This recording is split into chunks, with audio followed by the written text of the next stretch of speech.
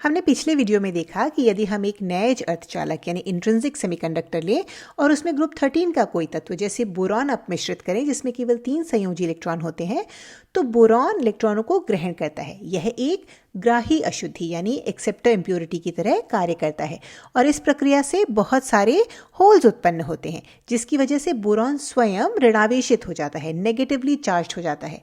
लेकिन ये गति नहीं कर सकता और क्रिस्टल संरचना में स्थिर रहता है। लेकिन होल्स अब बहुसंख्यक आवेशवाहक यानी मेजॉरिटी चार्ज कैरियर्स बन जाते हैं।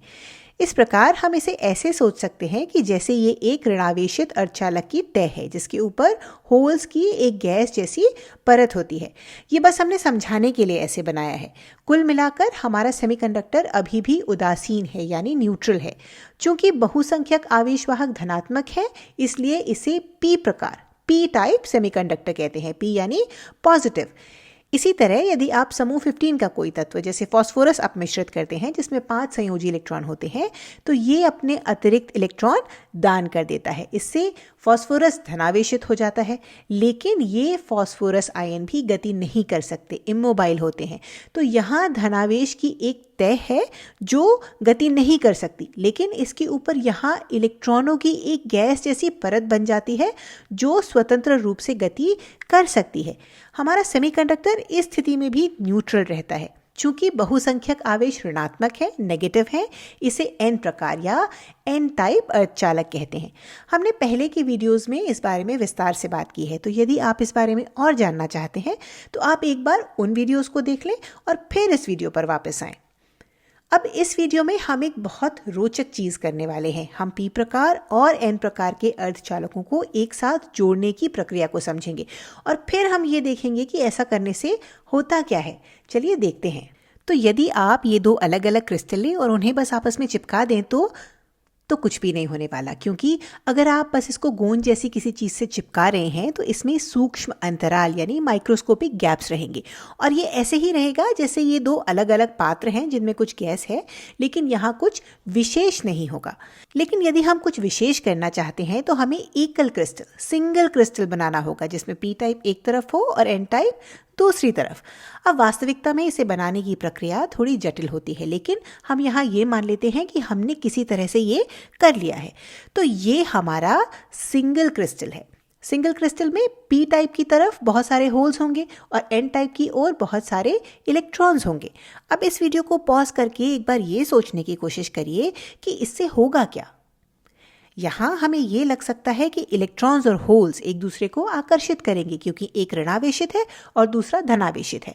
ये बहुत कॉमन मिसकॉन्सेप्शन है, लेकिन वास्तविकता में ऐसा नहीं होता क्योंकि होल्स वास्तव में कण यानी पार्टिकल्स नहीं है, वे केवल इलेक्ट्रॉनों की अनुपस्थिति हैं, एब्सेंस ऑफ इलेक्ट्रॉन्स हैं। ये संयोजकता आबंध में रिक्त स्थान है, ये इलेक्ट्रॉनों को आकर्षित नहीं कर सकते। तो ये मत सोचिएगा कि इलेक्ट्रॉन और होल एक दूसरे को आकर्षित कर सकते हैं। इन्हें गैसों की तरह समझना बेहतर होगा। मान लीजिए कि एक ओर के पात्र में एक तरह की गैस है और दूसरी ओर के पात्र में दूसरी तरह की गैस है और इनके बीच की दीवार को हटा दें तो क्या होगा? होगा ये कि ये गैसें एक दूसरे में मिलना शुरू कर देंगी। इसे विसरण या डिफ्यूजन कहते हैं। विसरण एक रैंडम प्रक्रिया है जिसमें कण अधिक सांद्रता वाले क्षेत्र से कम सांद्रता वाले क्षेत्र की ओर गति करते हैं। तो चूंकि हमारे पास यहाँ बहुत सारे होल्स हैं, तो यहाँ के होल्स एन टाइप की तरफ विसरित होंगे। ये सारे होल्स यहाँ से विसरित होकर एन टाइप की तरफ चले जाएंगे और इसी तरह यहाँ के जो इलेक्ट्रॉन्स हैं वे विसरित होकर के पी टाइप की तरफ आ जाएंगे। लेकिन ऐसा केवल संधि के पास ही होगा, जंक्शन के पास ही होगा। डिफ्यूजन यहाँ नहीं हो सकता। ये होल्स ऐसे गति नहीं करने लगेंगे। और ऐसा क्यों? तो ऐसा इसलिए क्योंकि विसरण अधिक सांद्रता, हाई कॉन्सेंट्रेशन वाले क्षेत्र से कम सांद्रता, लो कॉन्सेंट्रेशन वाले क्षेत्र की ओर होता है। और यहाँ हालांकि काफ़ी होल्स हैं, लेकिन इसके पास के क्षेत्र की सांद्रता समान ही है। ऐसे ही यहाँ भी विसरण नहीं होगा। विसरण केवल संधि के पास, जंक्शन के पास वाले क्षेत्र में होगा। अब इस विसरण के कारण इलेक्ट्रॉन्स और होल्स बहुत निकट आ जाते हैं और हम जानते हैं कि जब ये बहुत निकट आ जाते हैं तो पुनः संयोजित हो जाते हैं यानी रिकम्बाइन हो जाते हैं। इससे संधि पर आवेश वाहक नष्ट हो जाते हैं। अब इसके बाद क्या होता है? तो अब विसरण यहाँ और यहाँ और यहाँ होने लगेगा।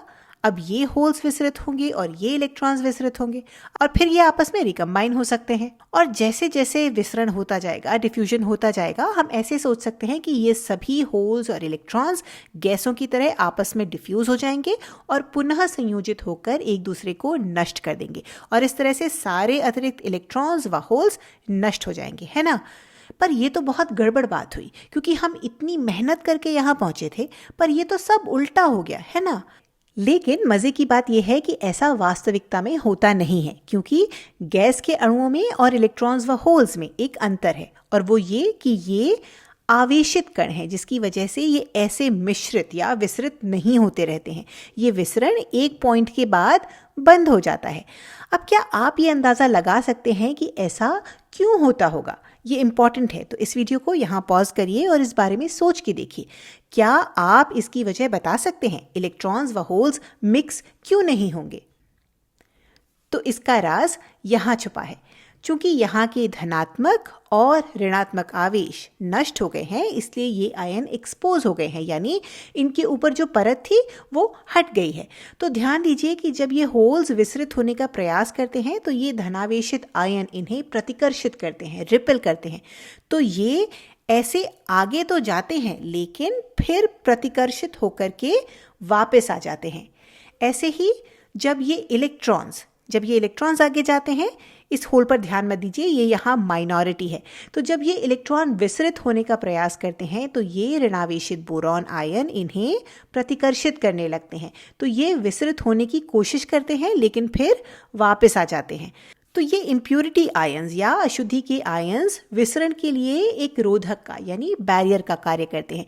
लेकिन इसका ये मतलब नहीं है कि विसरण बिल्कुल बंद हो जाता है। कुछ ऊर्जावान एनर्जेटिक इलेक्ट्रॉन्स और होल्स अभी भी विसरित हो सकते हैं। हो सकता है कि इन होल्स की ऊर्जा इतनी अधिक हो कि ये प्रतिकर्षण के रिपल्शन के बावजूद विसरित हो जाए। ऐसे ही दूसरी तरफ कुछ इलेक्ट्रॉन्स ऐसे हो सकते हैं जिनकी ऊर्जा इतनी अधिक हो कि ये रिपल्शन के बावजूद विसरित हो जाएं। लेकिन ध्यान दीजिए कि हो सकता है ये यहाँ तक जाएं और फिर कंबाइन होके नष्ट हो जाए। ऐसे ही ये भी कहीं रिकम्बाइन होकर के नष्ट हो सकते हैं। पर ध्यान दीजिए कि ये जितना विसरित होते हैं उतना ही अधिक आयनों से ये परत हटती जाती है और विसरण और अधिक मुश्किल होता जाता है, क्योंकि रिपल्शन बढ़ता जाता है। तो अब आप समझ सकते हैं कि यहाँ क्या हो रहा है। जैसे जैसे डिफ्यूजन होता है, आयंस एक्सपोज होते जाते हैं, यानी उनके ऊपर से परत हटती जाती है, जिससे डिफ्यूजन धीमा होता जाता है और हो सकता है कि ये एक समय के बाद बंद हो जाता हो। असल में नहीं, ऐसा नहीं होता। ये सही है कि डिफ्यूजन धीमा होता जाता है क्योंकि बैरियर बढ़ रहा है और उसकी वजह से रिपल्शन बढ़ रहा है। लेकिन हमेशा कुछ इलेक्ट्रॉन्स और होल्स इतने एनर्जेटिक ज़रूर होंगे जो इस बैरियर को पार कर सकते हों और डिफ्यूजन को जारी रख सकते हों। तो फिर अंततः होगा क्या? तो हमने अब तक अल्पसंख्यक आवेश वाहकों को, माइनॉरिटी चार्ज कैरियर्स को नज़रअंदाज किया है। याद रखें कि पी साइड में कुछ इलेक्ट्रॉन्स होते हैं और एन साइड में कुछ होल्स भी होते हैं। अभी तक हमने इनकी बात ही नहीं की, लेकिन अब इसी बात की यहाँ बहुत महत्वपूर्ण भूमिका है। मान लें कि एक अल्पसंख्यक आवेशवाहक जैसे पी साइड के एक इलेक्ट्रॉन को लेते हैं, तो अभी तक हम बस विसरण को देख रहे थे और ये देख ही नहीं रहे थे कि ये इलेक्ट्रॉन क्या कर रहा हो सकता है। तो मान लीजिए कि ये इलेक्ट्रॉन ऐसे ही घूम रहा है और घूमते घूमते ये जंक्शन के पास पहुंच जाता है। ध्यान दें, क्योंकि यहाँ पर धनात्मक आवेश है, ये इलेक्ट्रॉन को अपनी ओर आकर्षित करने लगता है और ये अचानक से एन पक्ष में खींच लिया जाता है। ऐसे ही यदि एन साइड में एक माइनॉरिटी कैरियर यानी इस होल को ले, तो ये भी ऐसे ही घूम रहा है। ये विसरित नहीं हो सकता, तो कोई इसे देख ही नहीं रहा। और ऐसे ही घूमते घूमते जब ये जंक्शन के पास आता है तो ऋणात्मक आवेश इसे अपनी ओर आकर्षित करता है और इसे पी साइड में खींच लेता है। इस प्रकार अब एक दूसरी प्रकार की गति उत्पन्न होती है जो डिफ्यूजन के विपरीत दिशा में है। डिफ्यूजन में होल्स पी से एन की ओर जा रहे थे और ये आवेश बैरियर की तरह काम कर रहे थे। लेकिन माइनॉरिटी चार्ज कैरियर्स यानी अल्पसंख्यक आवेश वाहकों जैसे इस क्षेत्र में होल, इनमें होने वाली इस नई गति की दिशा उल्टी है और ये आवेश असल में इस गति में सहायक हैं। तो यहाँ एक दूसरे प्रकार की गति हो रही है जिसकी दिशा डिफ्यूजन की दिशा के विपरीत है। तो जैसे जैसे समय गुजरता है डिफ्यूजन की गति धीमी होने लगती है, लेकिन अल्पसंख्यक आवेश वाहकों की गति बढ़ने लगती है। और चूंकि इनकी दिशा विपरीत है इसलिए अंततः एक समय ऐसा आता है जहां एन टाइप में डिफ्यूज होने वाले हर होल के लिए एक होल को इस आवेशों की वजह से वापस खींच लिया जाता है, और ऐसे ही पी टाइप में डिफ्यूज होने वाले हर इलेक्ट्रॉन के लिए एक इलेक्ट्रॉन वापस खींच लिया जाता है। और जब ऐसा होता है तो औसतन इस तरफ पर कुल आवेशवाहकों की संख्या और इस तरफ पर कुल आवेशवाहकों की संख्या समान रहती है। इस स्थिति को हम साम्यावस्था या इक्विलिब्रियम कहते हैं। तो ये है पीएन संधि यानी पीएन जंक्शन की कहानी। ये बहुत ही रोचक है लेकिन इसे बहुत ध्यान से समझने की आवश्यकता है, इसलिए वीडियो का अंत करने से पहले जल्दी से इसे एक बार फिर से समझ लेते हैं।